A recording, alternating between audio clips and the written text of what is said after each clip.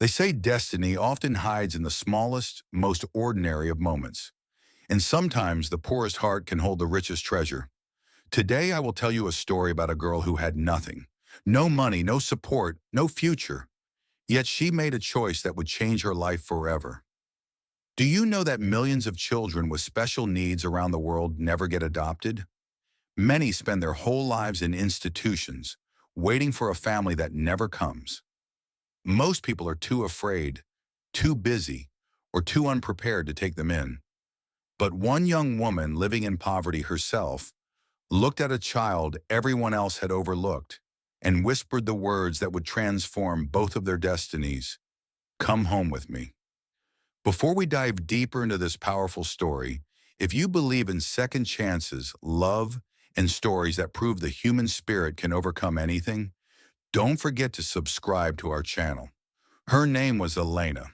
She grew up in a broken neighborhood in a city where hope seemed like a luxury no one could afford. Her childhood was marked by hunger, abandonment, and the constant reminder that life was unfair. By the time she turned 20, she was working double shifts at a small diner, wiping tables until her hands cracked, surviving on tips that barely paid for rent in a tiny crumbling room. She had no family to call her own. No one remembered her birthday. And yet, despite all the emptiness in her life, Elena carried inside her something extraordinary, an unshakable capacity for love. Every evening after finishing work, she walked the long way home through streets most avoided. On one particular night, exhausted and carrying a bag of leftover bread from the diner, she passed by a children's home. The lights inside glowed warm, but the yard was silent. She paused when she heard faint laughter carried by the wind. Something about it pulled her closer. Pressing her face against the old iron gate, she saw a group of children playing. And then she noticed him. A small boy sat apart from the others, his wheelchair tucked near the edge of the playground. His legs looked fragile, his movements limited. He didn't chase the ball or run with the other children. Instead, he sat with a toy truck balanced on his lap, pushing it carefully back and forth on the armrest of his chair. What struck her most was his face, his smile. It was fragile, timid, but full of light. He looked up, and their eyes met through the darkness. And then, with a sudden burst of courage, he lifted his hand and waved. That simple gesture broke something open inside Elena.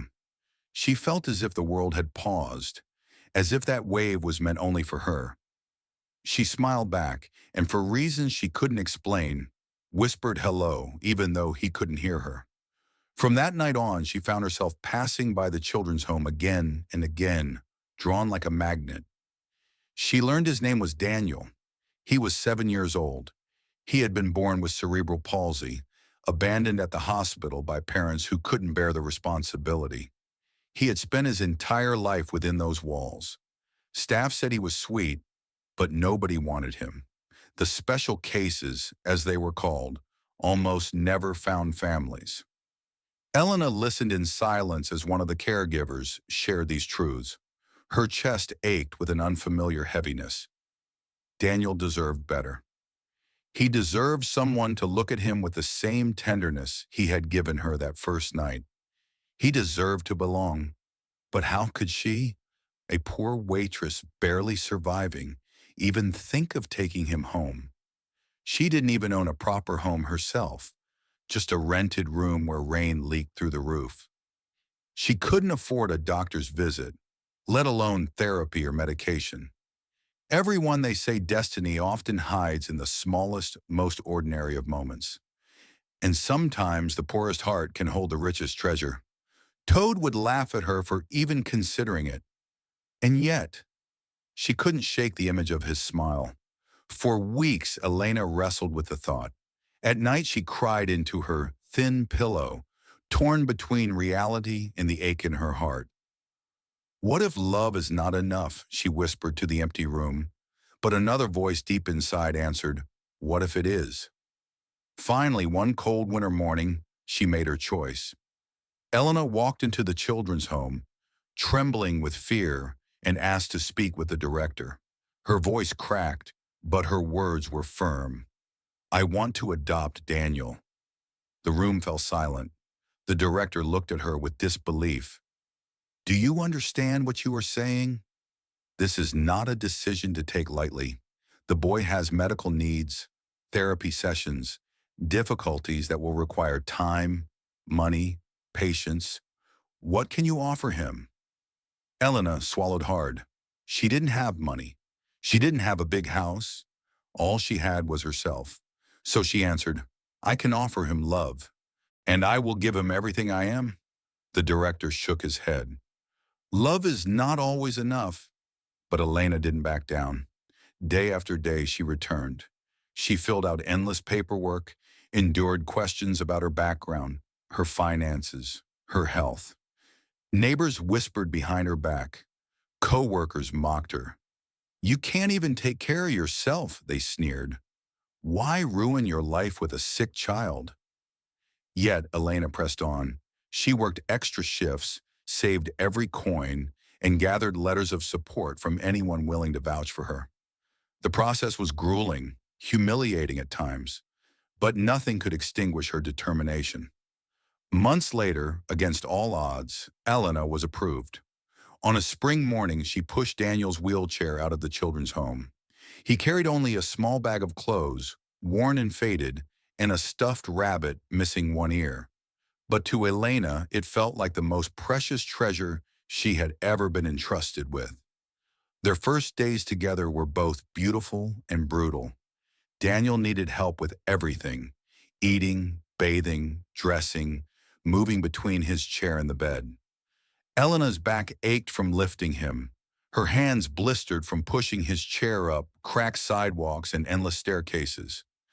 Nights were filled with coughing fits, nightmares, hospital visits. Some mornings she woke up wondering if she had made the biggest mistake of her life. But then Daniel would smile at her, or laugh at her silly attempts to cook pancakes, or fall asleep with his head resting on her shoulder, whispering, "Mama." And in those moments, Elena knew she was exactly where she was meant to be. Still, the struggles were relentless. She couldn't afford proper therapy, so she taught herself exercises from library books, guiding Daniel's arms and legs through movements until her arms trembled. When classmates mocked him for his chair, Elena held him as he cried, assuring him that he was not broken, just different. When her landlord threatened eviction because the wheelchair scuffed the old stairs, she worked longer hours, sometimes skipping meals so Daniel could eat. Years passed in sacrifice. Daniel grew taller, smarter, braver. Doctors who once said he might never speak clearly were astonished when, at age 12, he recited a poem in front of his class. He still used his wheelchair most of the time, but he had learned to move with dignity, confidence, and even humor. He wasn't cured, but he was thriving, because someone believed in him. And just when Elena thought life could give no more, fate delivered an unexpected miracle. One evening as she left work, a well-dressed couple approached her. They had been watching her for months, quietly observing her devotion to Daniel. They were founders of a small charitable foundation dedicated to supporting families with children with disabilities. Moved by Elena's sacrifice, they offered to sponsor Daniel's therapy, his education, even a modest apartment with ramps and accessibility features. Elena could hardly breathe as she listened. For so many years, she had carried the weight of the world on her shoulders, alone. And now help had arrived, not because she had begged for it, but because her love had spoken louder than words. With the foundation's support, Daniel blossomed further. He discovered painting, his wheelchair often rolled up to a canvas nearly as tall as him, his hands steady with passion as he created colors of hope and life. His art soon captured the hearts of many, and his paintings began selling at exhibitions. Every brushstroke carried the story of a boy who had once been forgotten, and the mother who never gave up on him. Elena often sat quietly in those exhibitions, tears shining in her eyes as strangers admired his work. She thought of that first night outside the children's home, of the wave through the darkness, of the choice she almost didn't make. And she whispered to herself, "He saved me too." Because in truth, Elena had believed she was rescuing Daniel. But it was Daniel who had given her a reason to live, a purpose greater than herself. He had transformed her from a lonely, forgotten girl into a mother whose love echoed far beyond her own walls. Sometimes the poorest hearts carry the richest love. Sometimes the smallest decisions change the greatest destinies. Elena and Daniel's story is proof that love, even when it seems powerless, can rewrite the entire script of a life. And perhaps as you listen, you might wonder, what if we all chose love the way she did? What forgotten child, what abandoned soul might find a home in our arms? And how might our own lives be saved in return? So remember this, you don't need wealth to change the world. Sometimes all you need is the courage to say yes, the patience to endure, and the heart to love when no one else will. And in the end, it may be that the life you save is your own. If this story touched your heart, make sure to subscribe to The Day Everything Changed. By joining us, you'll never miss stories that inspire, heal, and remind us all of what truly matters in life.